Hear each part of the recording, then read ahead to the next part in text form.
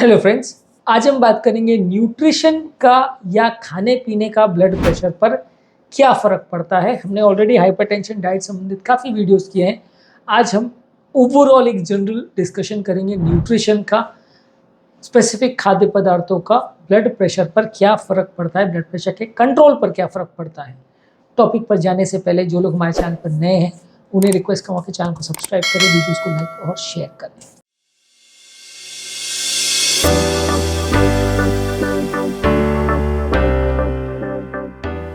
कोई भी खाद्य पदार्थ जिसमें सोडियम कंटेंट ज़्यादा है या नमक आप अलग से भी ले रहे हो या खाने पीने की चीज़ों में डाल रहे हो तो वो आपके ब्लड प्रेशर को बढ़ाएगी।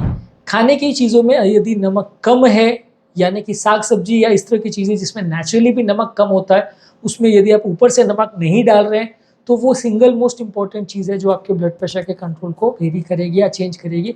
नमक वो एकमात्र चीज़ है जो आपके ब्लड प्रेशर लेवल्स को काफ़ी ज़्यादा बढ़ाता है। तो यदि आपको ब्लड प्रेशर का प्रॉब्लम है तो इस पे सबसे ज़्यादा फोकस करना है। किसी भी और खाद्य पदार्थ से आपके ब्लड प्रेशर पर उतना ज़्यादा फर्क नहीं पड़ेगा। एक और कैटेगरी होती है जिसको सॉल्ट सेंसिटिव हाइपरटेंशन बोलते हैं, जो कि ऑलमोस्ट 70% लोगों में होता है, कि जिसमें थोड़ा बहुत भी नमक खाने से ब्लड प्रेशर में बहुत वेरिएशन होता है और नमक को कट डाउन करने से ब्लड प्रेशर में बहुत फ़ायदा मिलता है।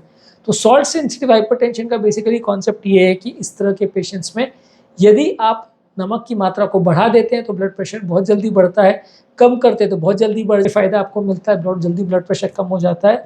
तो इस तरह के लोगों में सिर्फ दवाइयों को कंट्रोल करने से या दवाइयाँ बहुत ज़्यादा दे देने से आपको उतना फ़ायदा नहीं मिलेगा। आपको नमक पर भी कंट्रोल रखना पड़ेगा, नहीं तो आप दवाइयाँ देते चले जाएंगे और असर उतना नहीं मिलेगा, आप परेशान हो जाओगे, पेशेंट भी परेशान हो जाएगा। तो as a doctor, as a patient, इस तरह के पेशेंट्स में नमक का कंट्रोल रखना अनिवार्य है। आप अलग अलग तरह के फूड प्रोडक्ट्स ले सकते हैं जिसमें कम नमक है।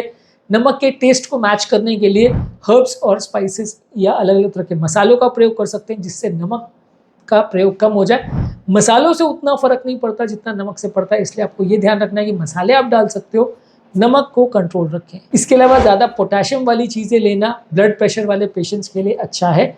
यदि आपकी किडनी सही काम कर रही हो तो जो जो चीज़ों में पोटेशियम है, जैसे कि केला, संतरे, आलू, स्वीट पोटैटो यानी शकरकंद, पालक, बीन्स, ये सारी चीज़ों को अपने डाइट में ज़्यादा मात्रा में ले तो ज़्यादा अच्छा है। हमने ऑलरेडी डिटेल वीडियो किया जिसमें पोटेशियम कौन कौन सी फलों और कौन कौन सी सब्जियों में होता है, उसको हमने डिटेल में डिस्कस किया। कितना पोटेशियम होता है ये भी हमने बताया, तो वो आप चेकआउट कर लीजिए।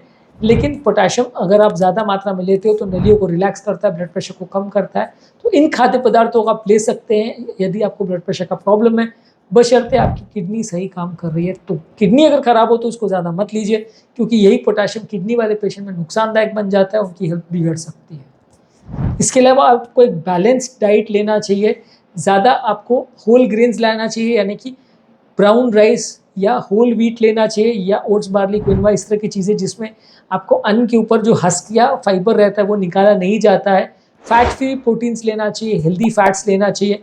और ओवरऑल जो dietary approach to stop hypertension यानी डैश डाइट में रिकमेंडेड था, वो डाइट आपको लेना चाहिए। डैश डाइट क्या होता है उस पर ऑलरेडी हमने डिटेल वीडियो किया, वो आप चेकआउट कर सकते हैं। इसके अलावा आपको सैचुरेटेड फैट्स और ट्रांस फैट्स को कम लेना है। सैचुरेटेड फैट वाली चीज़ें यदि आप लेते हैं तो ये ब्लड प्रेशर को बढ़ाती है। ये सारी चीज़ें आपकी हेल्थ के लिए अच्छी नहीं है।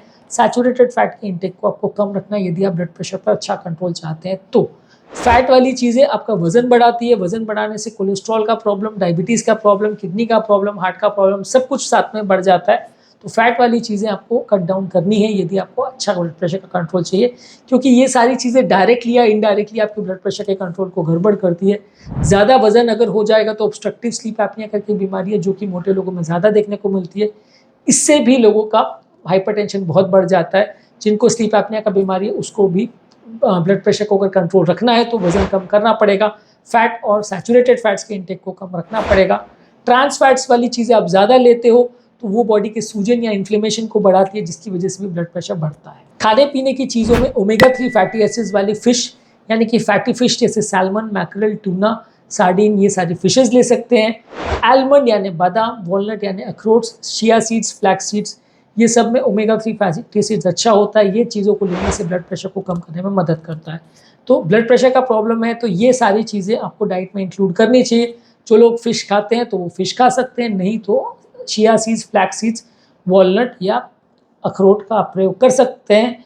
बादाम का प्रयोग कर सकते हैं, लेकिन ये चीज़ें जो है उतना ज़्यादा ओमेगा 3 फैटी एसिड नहीं देती जितना कि कैप्सूल्स या फैटी फिश देते हैं। तो अगर आप बहुत ज़्यादा सोर्सेज नहीं है तो आप कैप्सूल खा सकते हैं, वो ज़्यादा हेल्दी है, ज़्यादा अच्छा है। ऑब्वियसली कई लोग टैबलेट्स को उतना हेल्दी नहीं मानेंगे, पर ओमेगा 3 फैटी एसिड्स में जितना कैप्सूल्स आपको अच्छा फैटी एसिड्स देती है उतना आपको फिश में भी नहीं मिलता है, उतना अच्छा सोर्स या उतना अच्छा कॉन्सेंट्रेशन नहीं मिलता है। इसके अलावा यदि आपको आपका ब्लड प्रेशर कंट्रोल करना है तो अल्कोहल आपको नहीं लेना है। अल्कोहल बॉडी का वजन बढ़ाता है, फ्री कैलोरीज बॉडी में देता है, जिसकी वजह से ब्लड प्रेशर का कंट्रोल बिगड़ता है। जितना ज़्यादा आप अल्कोहल लेंगे उतना आपका ब्लड प्रेशर का कंट्रोल गड़बड़ हो सकता है। तो आपको अल्कोहल को अवॉइड करना है, स्मोकिंग को भी अवॉइड करना है, उसकी वजह से भी बॉडी में इन्फ्लेमेशन होता है और ये आपकी ओवरऑल ब्लड प्रेशर के कंट्रोल को गड़बड़ करता है। ज़्यादा चाय कॉफ़ी लेना भी ब्लड प्रेशर वाले पेशेंट्स के लिए अच्छा नहीं है। ज़्यादा चाय कॉफ़ी आप लेते हैं तो उसमें कैफ़ीन होता है, खासकर अगर आपने ज़्यादा स्ट्रॉन्ग चाय कॉफ़ी ली तो कैफ़ीन ज़्यादा होता है, वो आपके ब्लड प्रेशर के कंट्रोल को गड़बड़ाता है। ज़्यादा मात्रा में इसे लेना हेल्दी नहीं है ब्लड प्रेशर के पेशेंट्स के लिए। इसके अलावा हेल्दी बॉडी वेट मेंटेन करना है, जो भी चीज़ों से आपका वजन बढ़ता है उनको आप रिस्ट्रिक्ट करिए, डेली एक्सरसाइज कीजिए और अपने वजन को कम करने का प्रयास करिए। यदि आपका कोई भी कारण से वजन बढ़ता है, चाहे खाने की वजह से या आपके ओवरऑल पोर्शन कंट्रोल्स की वजह से या किसी भी कारण से वजन बढ़ता है, तो ब्लड प्रेशर भी बढ़ेगा। तो वजन आपको कंट्रोल करना है। कोई भी चीज़ को कितनी मात्रा में खा रहे हो उसको प्रॉपर कंट्रोल करिए। इसको पोर्शन कंट्रोल बोलते हैं, यानी खाद्य पदार्थ को बहुत ज़्यादा मात्रा में नहीं लीजिए। यदि आप किसी भी चीज़ को बहुत ज़्यादा मात्रा में लेते हैं या पोर्शन कितना खा रहे हो उस पर कोई नियंत्रण नहीं रखते हैं तो ब्लड प्रेशर के कंट्रोल को अफेक्ट करेगा। बहुत ज़्यादा मात्रा में किसी भी चीज़ को नहीं लेना है। किसी भी खाद्य पदार्थ में एक्स्ट्रा शुगर मत डालिए। जो भी मिठाई है, स्वीट ड्रिंक्स है, सॉफ्ट ड्रिंक्स है या जूसेस वगैरह जिसमें ऊपर से चीनी डाली जाती है, ये आपके ब्लड प्रेशर के कंट्रोल को भी गड़बड़ाती है, क्योंकि डायबिटीज़ और ब्लड प्रेशर एक तरह से साथ ही साथ चलने वाली बीमारियां हैं। यदि डायबिटीज़ हो जाएगा तो मान के चलिए ब्लड प्रेशर साथ में आ ही जाएगा। तो इसलिए आपको अगर ब्लड प्रेशर के कंट्रोल को मेंटेन करना है तो शुगर वाली चीज़ों को भी कम रखिए और ओवरऑल शुगर वाली चीज़ें खाने से उल्टा फैट से भी ज़्यादा वजन बढ़ने का चांस होता है। तो ये अपने आप में इनडायरेक्टली आपका ब्लड प्रेशर को बढ़ा ही देगा, किडनी के लिए भी नुकसानदायक है।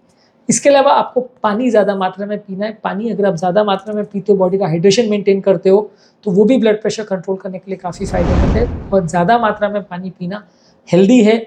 अगर ब्लड प्रेशर कंट्रोल आपको करना है, चाहे लो बीपी है या हाई बीपी, दोनों ही सूरतों में आपको पानी ज़्यादा मात्रा में लेना चाहिए। ये आपके ब्लड प्रेशर कंट्रोल सिस्टम को मैनेज और मेंटेन करने में मदद करता है। तो आज के टॉपिक में हमने बात करी ब्लड प्रेशर को मेंटेन करने के लिए या कंट्रोल में रखने के लिए कौन कौन से न्यूट्रिशन या खाद्य पदार्थों में चेंज करने चाहिए या क्या चेंजेस करने चाहिए।